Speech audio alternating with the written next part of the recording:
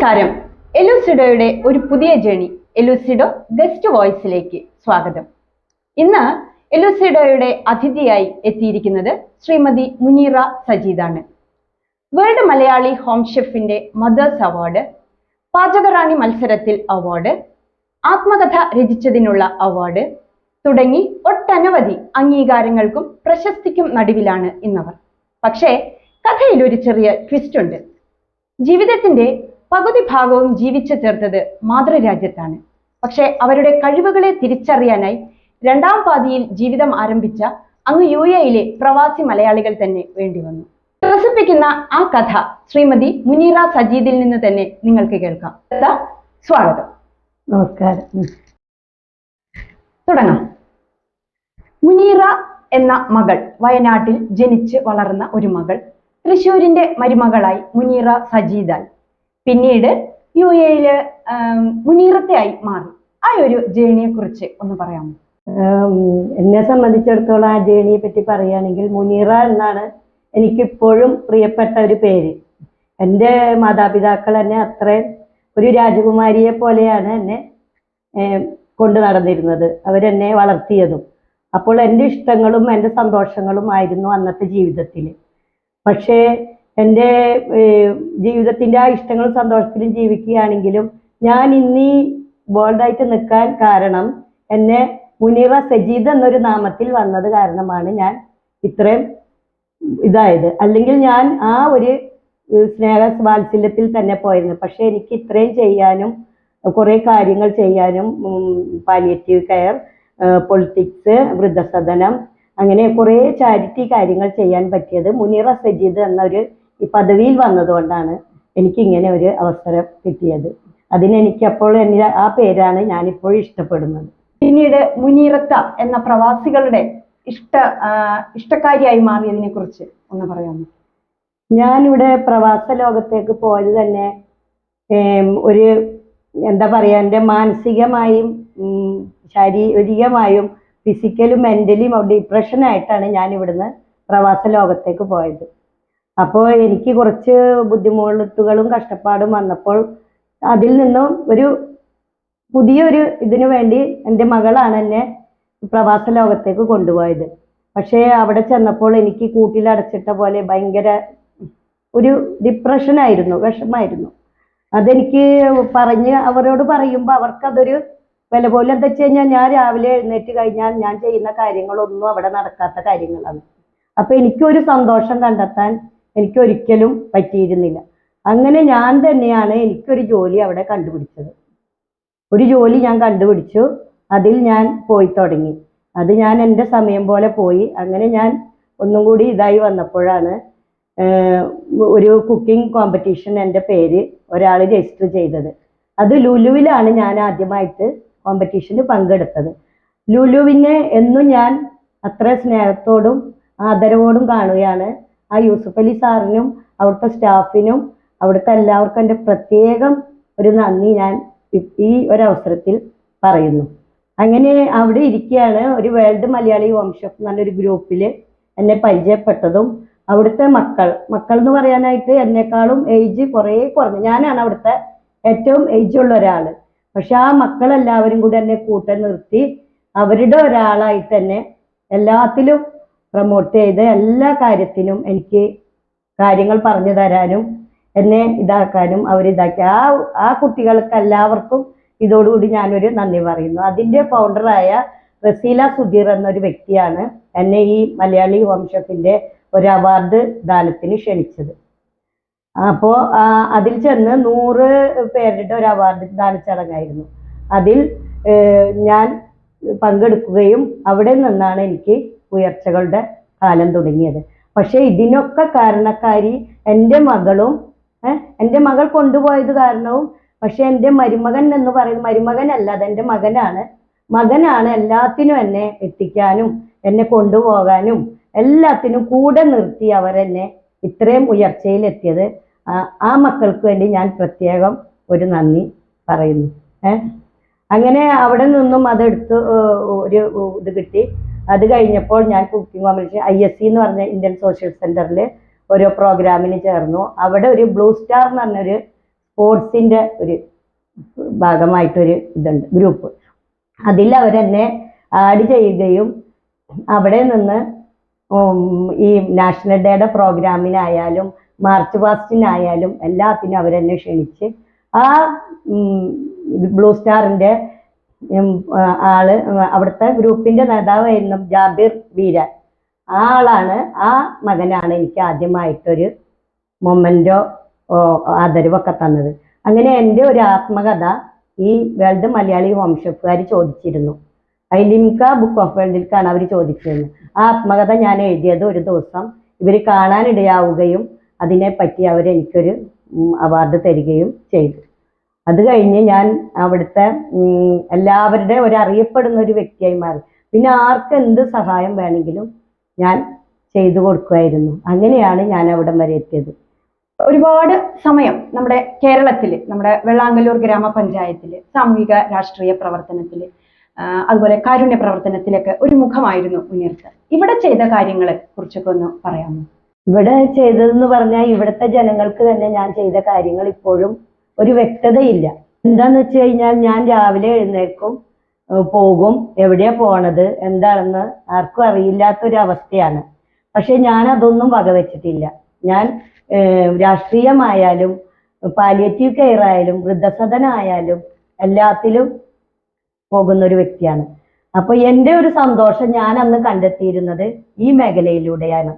എന്താന്ന് വെച്ചാൽ എൻ്റെ ജീവിതത്തിൽ കണ്ടമാനം ബുദ്ധിമുട്ടുകൾ ഉണ്ടായിരുന്നു. അപ്പൊ എനിക്ക് ഒരു സമാധാനവും സന്തോഷം കിട്ടുന്നത് ഈ ഒരു മേഖലയിലേക്ക് ഞാൻ തിരിഞ്ഞു. അതിന് എന്നെ എല്ലാവരും എതിർത്താലും എൻ്റെ ഭർത്താവ് ഒരിക്കലും നോ എന്നുള്ളൊരു വാക്ക് പറഞ്ഞിട്ടില്ല. മക്കൾ പോലും എതിർത്തത് നോ എന്നൊരു വാക്ക് പറഞ്ഞിട്ടില്ല. കാര്യം കുറെ ഞാൻ ബുദ്ധിമുട്ടിയാലും അതാണ് എൻ്റെ ഇവിടുത്തെ എല്ലാ കാരുണ്യ പ്രവർത്തനങ്ങൾക്കും വിജയം. പക്ഷെ ഇതൊന്നും ചെയ്തതായിട്ട് ആർക്കും അറിയില്ല. അതാണ് ഒരു മെയിൻ പോയിന്റ്. പക്ഷെ ഞാൻ അപ്പോഴും എനിക്ക് സന്തോഷമുള്ളൂ. എന്താ വെച്ച് കഴിഞ്ഞാൽ രാവിലെ എഴുന്നേറ്റ് കഴിഞ്ഞാൽ ജൂബിലി മിഷൻ ഹോസ്പിറ്റലിലാണ് എൻ്റെ മെയിൻ കാര്യങ്ങൾ. പിന്നെ വൃദ്ധസദന പാലിയേറ്റീവ് കെയറിൽ ഒരാഴ്ചയിൽ 2-3 ദിവസം പോയില്ലെങ്കിൽ എനിക്ക് സമാധാനമില്ല.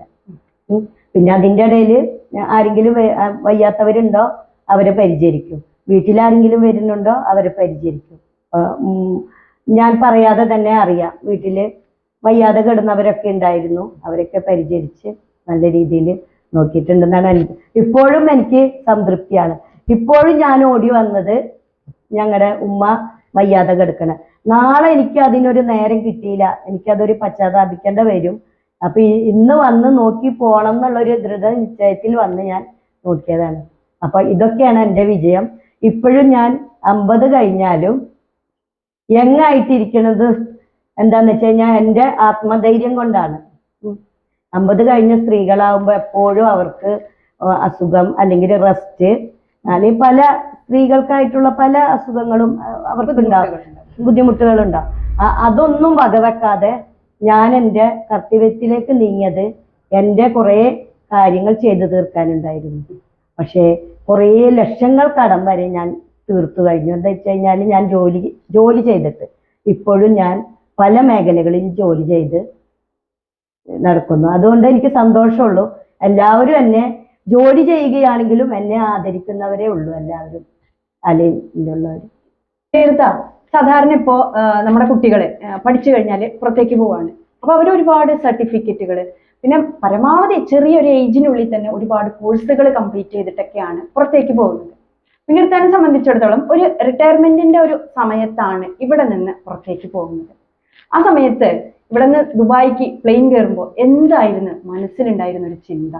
എൻ്റെ മനസ്സിൽ ആ പ്ലെയിൻ കയറുമ്പോൾ ഭയങ്കര ഒരു ആശങ്കയായിരുന്നു. ഞാനിനി എന്ത് ചെയ്യും, എങ്ങനെ ഇത് തരണം ചെയ്യും എന്നുള്ളൊരു ആശങ്ക തന്നെയായിരുന്നു എൻ്റെ മനസ്സിൽ. പക്ഷേ ഒരു സർട്ടിഫിക്കറ്റോ ഒരു ഇതോ ഇല്ലാതെ ഞാൻ ഇത്രയും നേടിയെടുക്കാൻ പറ്റിയത് എനിക്ക് ഈ പുറം രാജ്യത്ത് പോയതിൽ പിന്നെയാണ്. പക്ഷെ മാനസികമായിട്ടുള്ള സന്തോഷം ഇപ്പോഴും എനിക്ക് നമ്മുടെ മാതൃരാജ്യത്തിനോട് തന്നെയാണ്. മുനീർത്ത എന്ന് പറയുന്ന വ്യക്തിക്ക് എന്താണ് കണ്ടിട്ടുള്ളത് എൻ്റെ ഒരു ഏറ്റവും വലിയ ശക്തി ഇതാണെന്ന് തോന്നിയിട്ടുള്ളത് എന്താണ്? എൻ്റെ ഏറ്റവും വലിയ ശക്തി എന്ന് പറയാൻ ഏത് ജോലി ആയാലും നമ്മൾ കൃത്യനിഷ്ഠായം സമയം കണക്കാക്കി നമ്മൾ ചെയ്തു കഴിഞ്ഞാൽ അത് വിജയിക്കുക. വിജയിക്കും. നമ്മൾക്ക് അതിനൊരു കഴിവും നമ്മൾക്കൊരു ശക്തിയും നമ്മൾക്ക് അത് ചെയ്യാനുള്ള ഒരു മനസ്സും ഉണ്ടെങ്കിൽ നമ്മളത് വിജയിച്ചിരിക്കും. അതാണ് എനിക്ക് എൻ്റെ പറഞ്ഞു കൊടുക്കാനുള്ളത്. ഏത് മക്കളായാലും ഏതാണ് അവരെ പ്രൊഫഷൻ ആയാലും അവർക്ക് എന്താണ് ഇഷ്ടപ്പെട്ടത് അതൊരു ലൈൻ തന്നെ അവർ ചെയ്യുകയാണെങ്കിൽ അവർക്ക് അതും കൂടി ഒരു സന്തോഷവും ഇതും തരും. അല്ലാതെ നമ്മൾക്ക് കഴിഞ്ഞു പോയ സമയത്ത് ഞാൻ അങ്ങനെ ചെയ്തു അത് നമ്മൾ വിട്ട് കളഞ്ഞിട്ട് പുതിയ നാളേക്ക് വേണ്ടി നമ്മൾ തീരുമാനങ്ങൾ എടുക്കുക. കഴിഞ്ഞു പോയതൊക്കെ നമ്മളവിടെ മായ്ച്ചു കളയുക. എന്നിട്ട് നമ്മൾ തീരുമാനം എടുത്ത് ചെയ്യുകയാണെങ്കിൽ ആ കൃത്യനിഷ്ഠയോടുകൂടി പടച്ചവനോട് നല്ല രീതിയിൽ കടപ്പെട്ട് തന്നെ ചെയ്യുകയാണെങ്കിൽ അത് സക്സസ് ആയി തന്നെ നടക്കും. ഞാനേ ഒരു ടൈം ട്രാവലർ തന്നിട്ട് മുനിർത്താനോട് പുറകിലേക്ക് സഞ്ചരിച്ചോ എന്ന് പറഞ്ഞു കഴിഞ്ഞാൽ എവിടെയായിരിക്കും പോയിട്ട് കറക്റ്റ് ചെയ്ത് തിരിച്ചു വരാം ഈ ഒരു ജീവിതത്തിന്റെ? അങ്ങനെ ചോദിച്ചു കഴിഞ്ഞാൽ എനിക്ക് പുറകിലേക്ക് പോകാനുള്ള താല്പര്യം ഇല്ല. ഇല്ല ഇല്ല പുറകിൽ പോയതൊക്കെ എൻ്റെ ഭയങ്കര മോശ കാര്യങ്ങളാണ്. ആ ട്രാവൽ ഞാൻ നിർത്തിവെച്ചു. ഇനി മുന്നോട്ടുള്ള യാത്രയാണ് എനിക്കിഷ്ടം. ഇനിയും ഇതുപോലെ നല്ല ശക്തിയും എനർജിയോടും കൂടി മുന്നോട്ടുള്ള യാത്രയും ചെയ്യാനാണ് എനിക്ക് ഇഷ്ടപ്പെടുന്നത്. പഴയ യാത്ര ഞാൻ അവിടെ പോയി കറക്റ്റ് ചെയ്യാനായിട്ട് ആഗ്രഹിക്കുന്നില്ല. നിർത്താം. ഇപ്പോ കുറേ കാര്യങ്ങൾ ചെയ്യുന്നുണ്ട് അല്ലെ? എന്തൊക്കെയാണ് ചെയ്യുന്നതെന്ന് നമ്മുടെ പ്രേക്ഷകർക്ക് അറിയാൻ വേണ്ടി ഒന്ന് പറയും. ഞാനിപ്പോ അവിടെ ചെയ്യുന്നത് കുക്കിങ്ങിന്റെ എല്ലാ കാര്യങ്ങളും ഞാൻ ചെയ്യും. അപ്പോൾ കുക്കിംഗ് കോമ്പറ്റീഷൻ അങ്ങനെയുള്ള പല കാര്യങ്ങൾ, പിന്നെ വീട്ടിലിരുന്ന് തന്നെ ഹോം മെയ്ഡ് സാധനങ്ങൾ, അച്ചാറ്, സ്നാക്സ്, അങ്ങനെ പലതരം സാധനങ്ങൾ ഉണ്ടാക്കി ഇങ്ങനെ ഓർഡർ പ്രകാരം അത് കൊടുക്കും. പിന്നെ ഒരു കുടുംബത്തെ തന്നെ ഞാൻ സംരക്ഷിച്ച പോലെ എൻ്റെ കൂടെ തന്നെ അവർ കൂടെ നിൽക്കുന്നുണ്ട്. അവര് എൻ്റെ കൂടെ തന്നെ ഉള്ള കാരണം എന്ത് ജോലിയും അവരും കൂടി ഏറ്റെടുത്ത് ചെയ്തു തരും. അപ്പൊ അതിലും ഞാൻ സന്തോഷം കാണുന്നു. അവർക്കും അങ്ങനെ ചെയ്തു കൊടുത്തതിൽ വളരെ സന്തോഷം. അവര് 3 മക്കൾ. പിന്നെ എന്തൊക്കെയാണ് ചെയ്യുന്നത്? പിന്നെ ചെയ്യുന്ന വെച്ച് കഴിഞ്ഞാൽ അവിടെ ആരൊക്കെ ജോലി അന്വേഷിച്ച് വരുന്നുണ്ടോ അവരെയൊക്കെ ഞാൻ ഹെൽപ്പ് ചെയ്യാറുണ്ട്. ഹെൽപ്പ് ചെയ്യാന്ന് വെച്ച് കഴിഞ്ഞാൽ ഞാൻ എവിടെയൊക്കെ ഏതൊക്കെ രീതിയിലപ്പോ ജോലിക്ക് പോണേ അവിടുത്തെ അവരായിട്ട് പരിചയപ്പെട്ട് ഏത് ഫീൽഡിലാണ് അവരുള്ളത്, ഈ കുട്ടിയുടെ സർട്ടിഫിക്കറ്റ് ഏത് കോഴ്സാണ് ഈ കുട്ടി ചെയ്തത്, അപ്പൊ ആ ഫീൽഡിലുള്ളവരെ കാണുമ്പോൾ ഇങ്ങനെ ഒരു ഇന്റർവ്യൂ അല്ലെങ്കിൽ ഒരു ഇതെന്ത് ചെയ്തു കൊടുക്കണം എന്ന് പറഞ്ഞ് അങ്ങനെ കുറെ പേർക്ക് ജോലി ആക്കി കൊടുത്തു. അതിലും താഴ്ന്നവർ വരികയാണെങ്കിൽ വീട്ടുപണി തന്നെ ആയാലും കുക്കിങ്ങോ ക്ലീനിങ്ങോ എന്ത് ജോലി ആയാലും വന്ന് ഇങ്ങനെ വിഷമം പറയുമ്പോൾ അവർക്കുള്ള ജോലികൾ എവിടെയെങ്കിലും കണ്ടെത്തി ഒരു ഗ്രൂപ്പ് ഉണ്ട്. അതിൽ ഞാനിടും ഇന്ന ആളെ ജോലിക്ക് വേണം, ഇന്ന ആൾക്ക് ജോലി വേണം. അങ്ങനെ കുറെ പേർക്ക് ജോലി മേടിച്ചു കൊടുക്കാൻ ഞാൻ അവിടെ നിന്നുകൊണ്ട് എനിക്ക് സാധിച്ചു. പിന്നെ ഇപ്പൊ ആരെങ്കിലും ഒരു ഫുഡ് ഇല്ല എന്തെങ്കിലും ഇല്ല എന്ന് പറയുകയാണെങ്കിൽ ഞാൻ അത് കൊടുക്കും. അങ്ങനെ എന്നെ കൊണ്ടായതുപോലെ ഞാൻ എല്ലാവരെയും ഹെൽപ്പ് ചെയ്യാറുണ്ട്. മുനിർത്താനെ കുറിച്ച് വായിച്ചപ്പോ അതിലൊരു കാര്യം കണ്ടു, അഗ്രികൾച്ചറിൽ കുറച്ച് താല്പര്യമുള്ള ആളാണ്, അതിന് അവാർഡ് കിട്ടിയിട്ടുണ്ടെന്ന്. ആ ഒരു ജേണിയെ കുറിച്ചൊന്ന് പറയൂ. അഗ്രികൾച്ചറിന്റെ ജേണി എന്ന് ഉദ്ദേശിച്ചാൽ അവിടെ കുറച്ച് സ്ഥലം ഞങ്ങളുടെ ഫ്രണ്ടില് വില്ലയാണ്, അതിന്റെ കുറച്ച് സ്ഥലമുണ്ട്. അപ്പൊ അവിടെ പിന്നെ ഇങ്ങനെ വെറുതെ തരിശു ഭൂമിയായി കിടക്കുക, കല്ലും ഒക്കെ നിറഞ്ഞതായിരുന്നു. അങ്ങനെ അതിൽ നിന്ന് അവിടുത്തെ ഒരു സെക്യൂരിറ്റി ഇങ്ങനെ ചെറിയ വിത്തൊക്കെ പാവുകാരുണ്ടായിരുന്നു. അപ്പൊ ഞാനും കൂടി അതില് ചെയ്യാറുണ്ട്. പിന്നെ ഞാൻ എൻ്റെ ഹസ്ബൻഡ് വന്നപ്പോൾ ഞങ്ങൾ രണ്ടുപേരും കൂടി അതൊക്കെ ഒന്നും കൂടി മണ്ണൊക്കെ ഉണ്ടാക്കി നല്ല രീതിയിൽ ഒരു കൃഷി തന്നെയാക്കി എടുത്തു. അതിൽ കൂടുതൽ നനയും കാര്യങ്ങളും ഒക്കെ ചെയ്തത് എൻ്റെ ഹസ്ബൻഡ് തന്നെയാണ്. ഞാനത് നടലും പറിക്കലും പുല്ല് പറിക്കലും കുറച്ച് കാര്യങ്ങളൊക്കെ ഞാൻ ചെയ്യുള്ളൂ. എന്താ വെച്ചാൽ എനിക്ക് സമയമില്ല. എനിക്ക് രാവിലെ 5 മണിക്ക് എഴുന്നേറ്റാൽ പിന്നെ ഒരു സമയം വരെ എൻ്റെ ജോലിയാണ്. അപ്പൊ അതിൻ്റെ ഇടയിൽ എനിക്ക് സമയം. അപ്പൊ കൂടുതൽ കാര്യങ്ങൾ ചെയ്തേക്കുന്ന ആളാണ്. പക്ഷെ എന്നാലും നല്ല രീതിയിൽ കൃഷി ഇറക്കാനും കഴിഞ്ഞ വർഷത്തെ കൃഷിയിൽ എനിക്കൊരു അലൈൻ്റെ അവാർഡും കിട്ടി. ഇത്തവണത്തെ കൃഷി ഞങ്ങൾ നല്ല രീതിയിൽ എടുത്തിട്ടുണ്ട്. ഒരു ബീട്രൂട്ട് തന്നെ 3.5 കിലോ വീതം ആയിട്ടുള്ള ബീട്രൂട്ട് വരെ എനിക്ക് ഉണ്ടായിട്ടുണ്ട്. അപ്പോൾ എല്ലാവർക്കും ഇത് ഞാൻ കൊടുക്കും. ആര് വരുന്നോ അവർക്കൊക്കെ വെജിറ്റബിൾ കൊടുക്കും. വിഷരഹിതമായ വെജിറ്റബിളാണ്, ഒരു വിഷം അടിച്ചിട്ടില്ല അതിൽ. പിന്നെ ഞങ്ങളുടെ ചുറ്റുവട്ടത്തും ഞങ്ങളുടെ വീട്ടിലും ഞങ്ങൾ ഈ കൃഷി തുടങ്ങിയാൽ പിന്നെ ഒരിക്കലും വെജിറ്റബിൾ മേടിക്കാറുമില്ല. ഞങ്ങൾ ഇതിൽ നിന്ന് തന്നെ അധികം ഉപയോഗിക്കാറുള്ളൂ. അങ്ങനെ എല്ലാവർക്കും കൊടുക്കും. എല്ലാവരും എന്നിട്ട് അത് വിറ്റൂടെ, ജൈവ കൃഷിയല്ലേ, അത് പറഞ്ഞു ഒരിക്കലും വേണ്ട, നിങ്ങളെല്ലാവരും കൊണ്ടുപോയി കഴിക്കുക.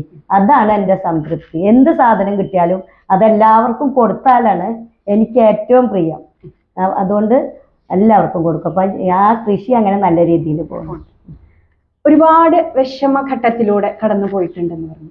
ജീവിതത്തിൽ ഇന്നും ഒരു സങ്കടത്തോടു കൂടി അല്ലെങ്കിൽ വല്ലാത്തൊരു അവസ്ഥയിൽ ആലോചിക്കുന്ന ഒരു സംഭവം ഉണ്ടോ?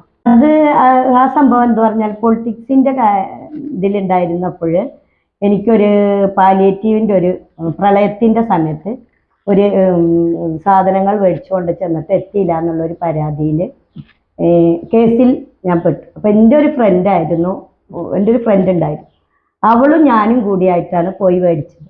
പക്ഷെ അവള് അത് മേടിച്ച് തന്നിട്ട് അവള് വേറെ വഴിയിലേക്ക് പോയി സാധനങ്ങളും കൊണ്ട്. ഞാൻ അതന്ന് എത്തിക്കാൻ വൈകുകയും ചെയ്തു. ഞാൻ ഇതിനെപ്പറ്റി അത്ര അങ്ങോട്ട് കൂടുതൽ ഇതെടുത്തില്ല. അത് കൊടുക്കാം, ഇത്ര ഇവരിങ്ങനെ ചെയ്യുന്നുള്ളൊരു പ്രതീക്ഷ എനിക്കുണ്ടായില്ല. അതുകൊണ്ട് ഞാൻ അത്ര കെയർലെസ് ആയിട്ട് തന്നെ ഞാനും ഇരുന്നു പോയി. അതെൻ്റെ കയ്യിൽ വന്ന തെറ്റാണ്, അത് ഞാൻ മാപ്പ് പറയണ്. പക്ഷെ ഞാനതൊരു കക്കാനോ അല്ല വഞ്ചിക്കാനോ ഒരാൾക്ക് കൊടുക്കാതിരിക്കാനോ ഉദ്ദേശിച്ചല്ല അങ്ങനെ ചെയ്തേക്കണം. അന്നത്തെ തീയതി വരെ ഞാനാണ് ആ സ്കൂളിലേക്ക് സാധനങ്ങൾ കൊണ്ടു കൊടുത്തായിരുന്ന വ്യക്തി. അന്നത്തെ ദിവസം മാത്രം അത് എത്താത്തതുള്ളൂ. അപ്പൊ ഇത് കണ്ടപ്പോ ആ കേസിൽ പെട്ടപ്പോ എനിക്ക് ഭയങ്കര പ്രയാസം. എന്താ വെച്ച് കഴിഞ്ഞാല് നമ്മൾ ഇത്രയൊക്കെ ചെയ്തിട്ട് ജനങ്ങൾ നമ്മളെ ഇങ്ങനെ ഒരു ചെളിവാരി എറിഞ്ഞ പോലെയായി. പക്ഷെ അതിൽ നിരപരാധിയായ എൻ്റെ കൂട്ടുകാരി അതിൽ പെട്ടതിൽ എനിക്ക് ഇപ്പോഴും ഒരുപാട് സങ്കടമുണ്ട്. ബാക്കിയുള്ള കാര്യങ്ങളൊക്കെ ഞാൻ മായ്ച്ചു കളഞ്ഞു, എനിക്കൊരു സങ്കടമില്ല. ഈ ഒരു കാര്യത്തിൽ എനിക്ക് ഒരുപാട് സങ്കടമുണ്ട്. നമ്മള് ഇപ്പൊ 40 കഴിയുമ്പോൾ കുട്ടികളൊക്കെ ഒരു നിലയ്ക്ക് ആയിക്കഴിഞ്ഞാൽ പ്രത്യേകിച്ച് ജോലിയൊന്നും ചെയ്യാതിരുന്ന ചില ആളുകളെങ്കിലും നമ്മളോട് വന്ന് പറയാറുണ്ട്, എൻ്റെ ജീവിതം കഴിഞ്ഞു, എനിക്കിനി ഒന്നും ചെയ്യാനില്ല എന്ന്. ശരിക്കും പറഞ്ഞാല് റിട്ടയർമെന്റില് ജീവിതം തുടങ്ങി ആഘോഷിച്ച ഒരാളാണ് മുനിറത്ത. അങ്ങനെയാണെങ്കിൽ ജീവിതത്തിൽ നിന്ന് കീറിയെടുത്ത ഒരു ഏട് പോലെ എന്ത് മെസ്സേജാണ് ഇവർക്കൊക്കെ കൊടുക്കാനുള്ളത്?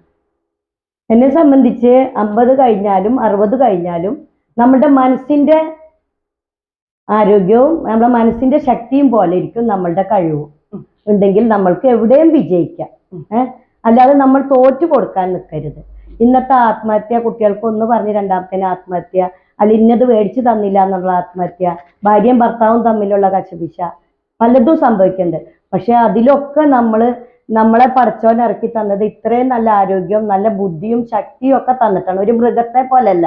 അപ്പൊ നമ്മൾ അതിനനുസരിച്ച് നല്ല രീതിയിൽ നമ്മൾ പോകുകയാണെങ്കിൽ ആ കുട്ടികൾ നല്ല നിലയിൽ തന്നെ എത്തും. എന്നിട്ട് എത്തിയിട്ട് നമ്മൾ അത് ചെയ്തല്ലോ എന്ന് സന്തോഷിക്കുമ്പോഴാണ് നമുക്ക് ഒരു ഇത് വരിക, സന്തോഷം വരിക, അതൊക്കെ ചെയ്ത് കഴിയുമ്പോ. അല്ലാതെ നമ്മൾ അങ്ങനെ ചെയ്യാം ഇങ്ങനെ ചെയ്യാം നാളെ ചെയ്യാം മറ്റന്നാൾ ചെയ്യാം ഒരിക്കലും പാടില്ല. ടൈം എപ്പോഴും കറക്റ്റ് ആയിരിക്കണം.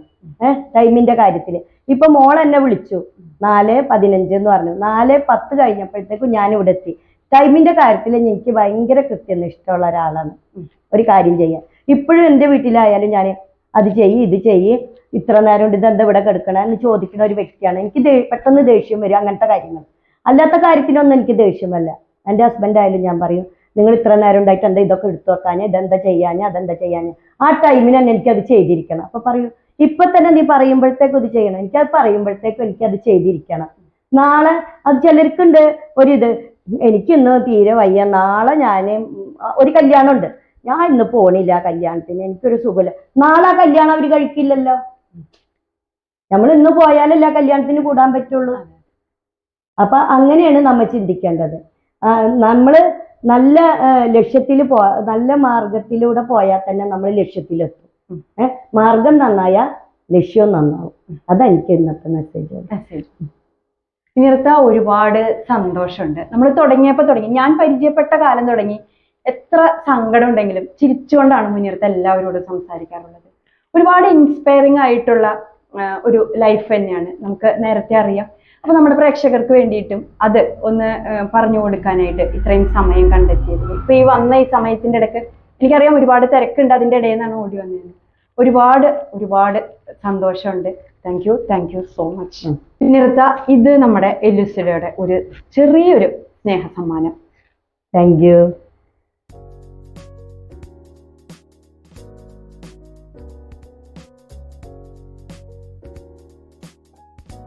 മുനീറത്തയുടെ കഥ നമ്മളെല്ലാവരും കേട്ടു.